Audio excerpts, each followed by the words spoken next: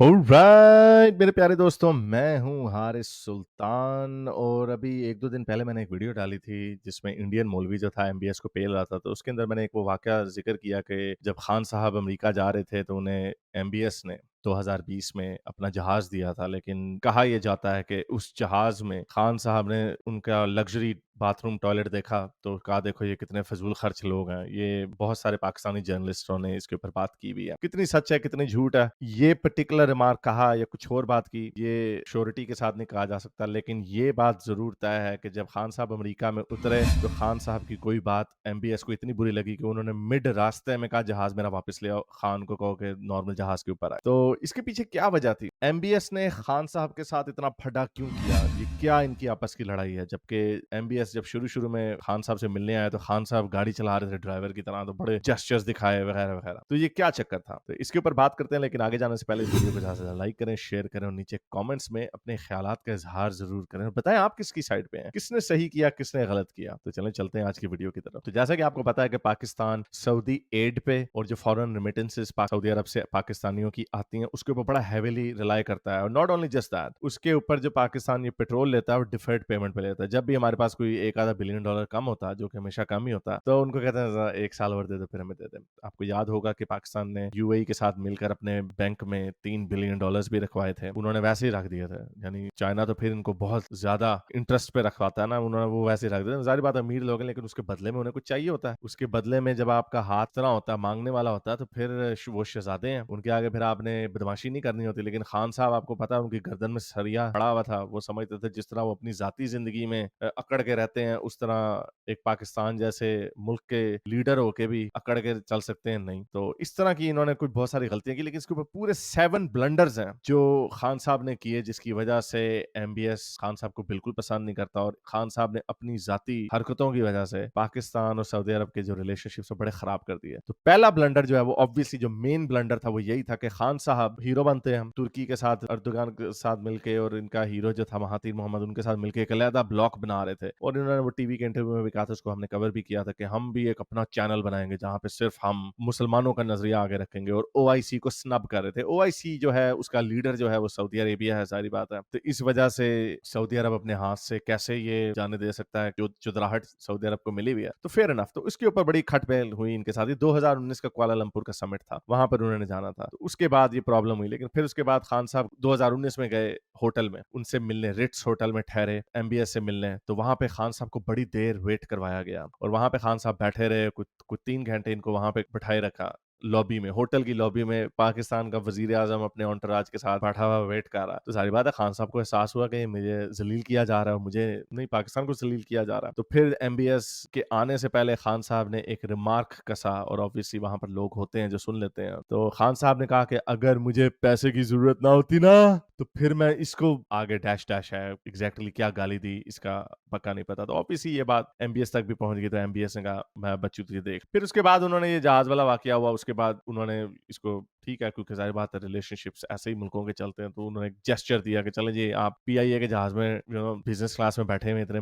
बड़े मुल्क के वजीर आजम, तो चले मेरा प्राइवेट जहाज ले जाते। वहां पर ये कहा जाता है जहाज में, रास्ते में जब अमेरिका जा रहे थे, जब उन्होंने स्पीच थी उधर अमेरिका में यूएन में, और वहां पर उन्होंने इंटरव्यू में उन्होंने कहा था कि हमने एक लहजा से चैनल बनाना। तो ये कुआलालंपुर वाला क्या हुआ, ये अभी हमारी इस वीडियो जो मैंने डाली थी उसके अंदर हमारे जो आलोक भाई हैं डीडी रिएक्ट वाले, उन्होंने मेरी वीडियो पे रिएक्शन दिया। तो उन्होंने एक वीडियो चलाई जो मेरी नजर में नहीं थी। तो पहले वो सऊदी क्या कह रहा है जरा वो सुन लें। The Kuala Lumpur Summit of 2019. Mahathir Mohamad of Malaysia invited Turkey, Qatar, Pakistan, Indonesia, which combined form more than half of the ummah of this world. More than 500, 600, more than a billion actually population if you consider Indonesia and then Pakistan. But he invited all those to a summit in Kuala Lumpur. The summit was clear. We are going to challenge Saudi Arabia's leadership of the Muslim world. We're not happy with what bin Salman is doing.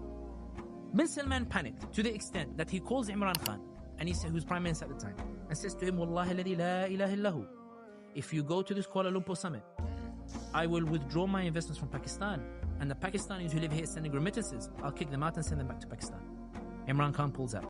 The Kuala तो ये बड़ी simple सी बात है कि लगता है MBS, ज़ाहिर बात है उनकी कोई पार्लियामेंट वगैरह तो नहीं है, वो वन मैन शो होता है, वो इस तरह की हरकत कर देते हैं। तो उन्होंने धमकी लगाई कि ये काम तुमने नहीं करना, मेरे हाथ से चुदराहट चली जाएगी, तो फिर जाके खान साहब ठंडे हुए। लेकिन इसके साथ-साथ और भी बड़ी हरकतें खान साहब ने की। तो एक जैसे आपको बताया होटल की लॉबी में बैठे हुए उनको वेट कराया तो खान साहब ने कहा तेरी ऐसी सी तैसी। तो फिर वो उसको एमबीएस तक पहुँचा दी गई। अब खान साहब और वेट कर रहे हैं 4 घंटे। अब ज़ाहिर बात है एमबीएस को पता चल गया तो इन्होंने खान साहब ने वहीं से आर्मी चीफ को जनरल बाजवा को कॉल की और उनको कहा कि यार ये तो मेरी बेइज्जत हो जाऊँगा, कुछ करवाओ उसको, मेरी मीटिंग तो करवाओ। यानी अपने आर्मी चीफ से हाथ जोड़े कि यार मेरी मीटिंग करवाओ। तो फिर एमबीएस आता है शाम को कोई 6:30, ये सुबह वहाँ पे कोई दोपहर 12 बजे के बैठे हुए थे, 12:30 बजे। तो वेट करवाया कोई 5 घंटे, फिर वो भी आर्मी चीफ, क्योंकि बाजवा जो है तो वो थोड़ा डिप्लोमेट किस्म का आदमी था। तो एनीवे, तो फिर उसके बाद उन्होंने वहाँ पे फैसला किया, हाँ भाई हम नहीं जाते कुआलालंपुर। अच्छा जी ठीक है। विदिन 30 मिनट, ये जावेद चौधरी की पूरी चेन ऑफ इवेंट्स मैं आपको बताना भूल गया। ये जो पाकिस्तान के जर्नलिस्ट हैं जावेद चौधरी, उन्होंने कॉलम लिखा और उसके अंदर पूरी डिटेल के अंदर इन्होंने ये सीरीज ऑफ इवेंट्स। अच्छा, उसमें खान साहब ने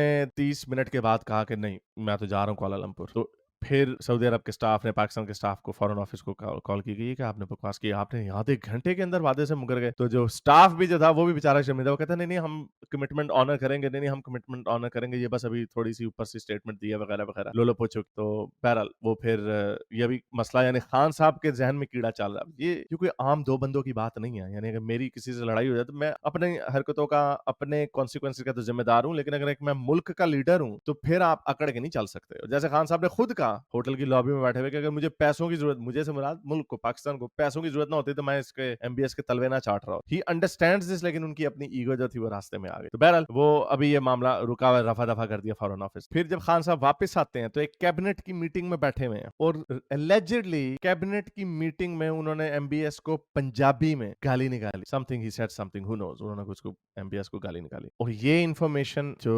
सऊदी एम्बेसडर है पाकिस्तान में उस तक पहुंची और वो ट्रांसलेट करके एमबीएस को भेज रहा था या भेज दी। तो जो हमारे मौलाना ताहिर अशरफी साहब हैं उन्होंने कोई हाथ पैर जोड़े, यार सर प्लीज यार छड़ दो, सारा प्राइम मिनिस्टर पागल है, प्लीज प्लीज यार। ये यानी एक प्राइम मिनिस्टर हमारा, ये जो यूथी है इतना पागलों में, वो इतना लूस उसकी जबान है कि उसको इस बात का एहसास नहीं कि ये कोई अगेन कोई जाती फड्डा नहीं है। वो एज अ जाती फड्डा बिहेव कर सकता है क्योंकि वो डिक्टेटर है, उसके पास पैसा है, उसके पास ताकत है और उसके पास कोई पार्लियामेंट वगैरह की जवाब उसने किसी को नहीं देना। आप आंकड़ एमी बना रहे हो। ये अगेन कोई प्राइवेट फड्डा हो, क्रिकेट की टीम में फड्डा हो तो चलो जी मैं अपनी नाक ऊंची कर लूं तो उसके साथ साथ कॉन्सिक्वेंसेस मुझे मिलेंगे, मुल्क को तो नहीं कुछ करना पड़ेगा। आंकड़ू। तो खान साहब को इतना गुस्सा चढ़ा इन सारी बातों के ऊपर, खान साहब ने क्या किया, ये पूरा जो सागा था अर्दुगान को भेज दिया, क्योंकि अर्दुगान और महातिर मोहम्मद के खान साहब उस कैंप में जाना चाहते थे। लेकिन वो जाहिर बात है वो शहजादे तो नहीं है सऊदी अरब की तरह, ये तो बैठे बैठे आपको $3 अरब कहते हैं, चलो जी ये लो बैंक में रख लो, चलो जी ये तेल ले लो। उनके पास पैसा इस तरह देने के लिए तो नहीं है उनके पास पैसा। तो खान साहब ने ये सारी इंफॉर्मेशन लीक कर दी, पूरा जो एपिसोड थी तैयब अर्दुगान को। तो तैयब अर्दुगान ने वर्ल्ड इकोनॉमिक फोरम जो डेवोस में होता है उसमें एक इंटरव्यू में पूरी कहानी नाम लिए बगैर सुना दी। एक मुल्क है उसको इस तरह ब्लैकमेल किया गया, उसको इस तरह एक मुल्क का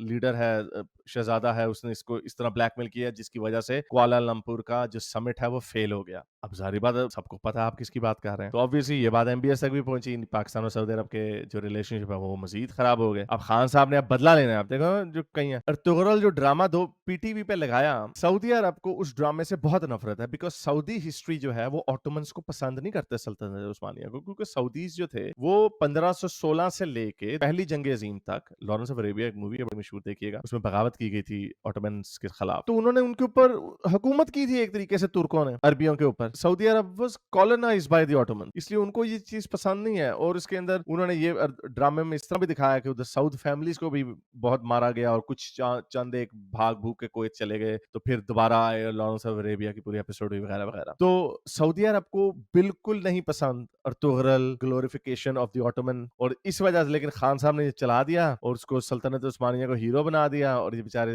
एमबीएस को ऑफिस पे बड़ा गुस्सा आया। और अब उसके बाद क्या होता, ये सारा कुछ खान साहब ने शरारते की। अब जो हमारे फॉरेन मिनिस्टर थे शाह महमूद कुरैशी साहब, उन्होंने क्या किया जी, उन्होंने एक टीवी के इंटरव्यू में बैठ के कह दिया कि अगर सऊदी अरब कश्मीर के मामले पे हमारी हेल्प नहीं करता तो हमने एक अलहदा ब्लॉक बनाना है जो ओआईसी से भी ज्यादा स्ट्रांग होगा, और जिसकी वजह से शाह महमूद कुरैशी का तो बिल्कुल पत्ता सऊदी अरब ने काट दिया, क्योंकि obviously he was a foreign minister. उसके बाद वो कभी नहीं सऊदी अरब जा सकता। और जो इमरान खान है ज़ाहिर बात है वो प्राइम मिनिस्टर है, इसलिए उसके साथ तो फिर भी मिलना पड़े तो मिला जा सकता है। ये 5 अगस्त 2020 को इन्होंने इंटरव्यू दिया। रिलेशनशिप्स इतने खराब हो गए कि सऊदी अरब ने कहा कि हमने तुम्हें अब डिफर्ड पेमेंट्स के ऊपर पेट्रोल नहीं देना, और उन्होंने उस वक़्त $1 अरब जब ये खान साहब ने गाड़ी चलाई थी तो पाकिस्तान के बैंक में रख दिया था कि चलो जी एक बैलेंस ऑफ पेमेंट के लिए पड़ा रहे। तो उन्होंने उसी वक़्त उनसे वापस ले लिया। यानी आप ज़रा इमेजिन करें, ऐसी बड़ी चपेट मारी, चलो जी हमारा $1 अरब वापस करो। इतनी तुम्हें मस्ती जो छाई हुई है, उन्होंने फाइनली वो छीन लिया। उसके बाद क्या हुआ, ज़ाहिर बात है पाकिस्तान उस वक़्त जो माली बहरान के अंदर ही था। तो खान साहब ने जनरल बाजवा को फिर से फ़ोन किया, बाजवा बचाओ यार, ये क्या हो गया? हम क्या करें? ये तो कंगले हो जाएँगे हम। 1 अरब के पीछे। अब वैसे देखें इंडिया के पास कितने हैं? 400 बिलियन। क्या लोग हैं यार।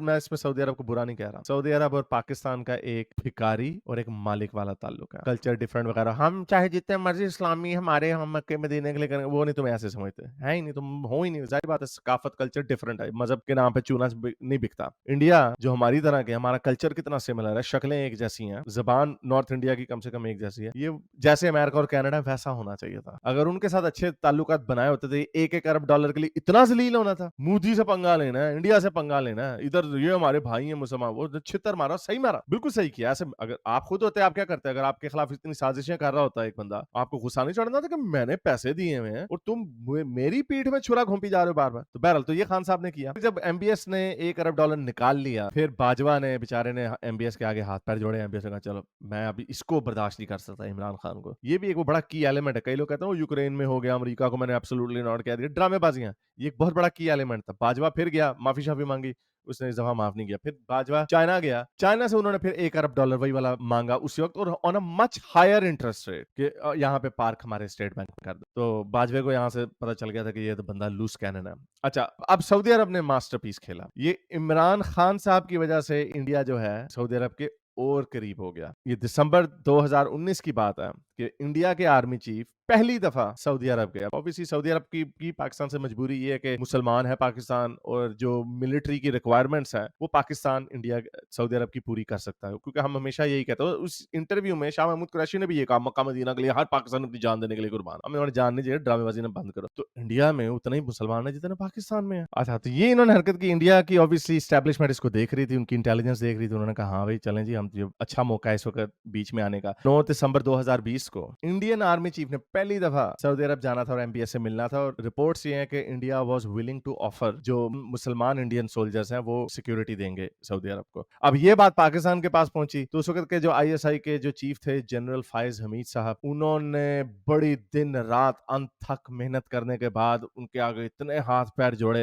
एमबीएस वगैरह के सामने। उन्होंने कहा कि नहीं नहीं, ये आप ना करें, हम मुसलमान, हम आपके पहले हैं वगैरह वगैरह। तो फिर जो इंडियन आर्मी चीफ थे वो उनकी एमबीएस के साथ मीटिंग इन्होंने रुकवा दी, वरना उनकी मीटिंग होनी थी और ये डील हो जानी थी। तो ये इतना बड़ा चपेड़ पड़नी थी पाकिस्तान के मुंह पे। इसीलिए अब तो मुझे वैसे समझ आती है कि जो अगर ये आर्मी चीफ जो थे या जो आईएसआई के चीफ थे वो तो बेचारे फिर वाकई एक तो लूज कैनन थे, तो पागल हुए थे खान साहब। तो ऑब्वियसली ये इतनी हिस्ट्री थी, लेकिन आपको समझ आनी चाहिए कि खान साहब ने कहा यार मैं जरा, चलो अगर मुझे होटल में 6 घंटे बिठाया इन्होंने या मेरे से जहाज वापस ले लिया तो चलो कोई बात नहीं, मैं अपने, ये मेरा कोई जाती इशू तो नहीं है, मैं पाकिस्तान का रिप्रेजेंटेटिव हूँ और पाकिस्तान को सऊदी अरब के पैसों की और उनकी जो भी है, चाहे वो जिस तरह मर्जी करें, उनकी सपोर्ट की हमें जरूरत है। लेकिन खान साहब बाज नहीं आए। तो उसके बाद उन्होंने बड़ी कोशिशें की, इंडिया का खतरा थोड़ा सा टाल दिया, आर्मी चीफ को नहीं मिलने दिया, सिक्योरिटी टाइज बढ़ने नहीं दिए। तो अगले जनवरी फरवरी मार्च जो है मेहनत की पाकिस्तान ने, बैकग्राउंड में उनके हाथ पैर जोड़े सऊदी अरब के। एक साहब थे, ये जावेद चौधरी साहब ने लिखा कि 3 मार्च 2021 को टीवी चैनल जो थे पाकिस्तान के, वो यूसुफ रजा गिलानी की victory over Abdul Hafeez Sheikh announce कर रहे थे। तो उधर एक मीटिंग हो रही थी जहां पे खान साहब और 4 बंदे बैठे हुए थे, और खान साहब ने कहा यार ये सऊदी फैमिली जो है इनका तख्ता नहीं उल्टा जा सकता।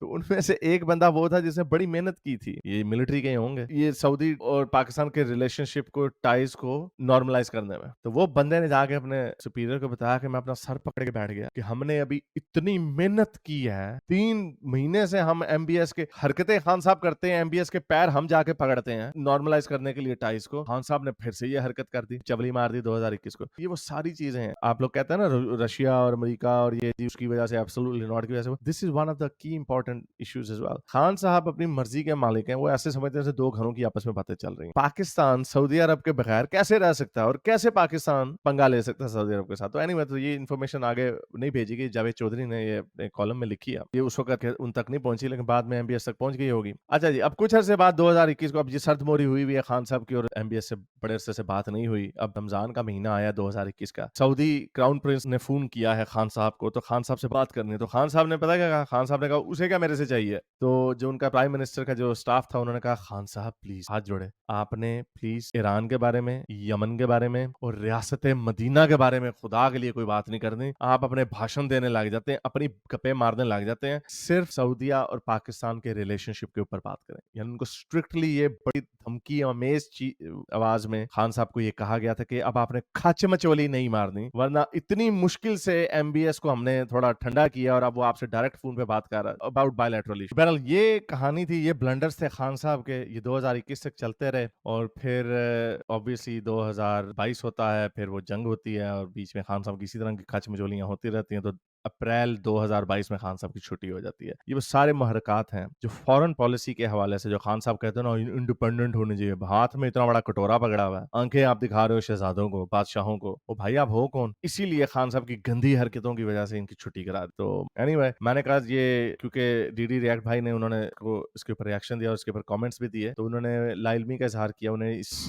ये जो जहाज में जो सो कॉल्ड बात हुई थी उसका उन्हें नहीं पता था। ये अर्बन लेजेंड ही है, जावेद चौधरी ने ही ये बात बताई हुई है, लेकिन ये कंफर्म नहीं है। लेकिन ये जो मैंने आपको सीरीज ऑफ इवेंट्स बताई हैं, ये ऑब्वियसली ये भी जावेद चौधरी ने ही बताई हैं, लेकिन इनका कोई रद्द नहीं आया, इनकी कोई डिनाइल नहीं आया खान साहब की तरफ से। तो ये सारी बातें ऑब्वियसली होती नहीं। मैंने कहा चलें इसके ऊपर डिटेल से बात करते हैं। तो उम्मीद करता हूँ आज की वीडियो आपको पसंद आई होगी। इसके साथ लाइक करें, शेयर करें, नीचे कमेंट्स में अपने ख्यालात का इजहार जरूर करें। अब तक के लिए इतना, अगली वीडियो तक साइंस हाफिज। अगर आपको मेरी ये वीडियो अच्छी लगी तो मेरे चैनल के मेंबर बनिए, पेट्रन बनिए, या फिर आप मुझे बाय मी या कॉफी में भी सपोर्ट कर सकते हैं।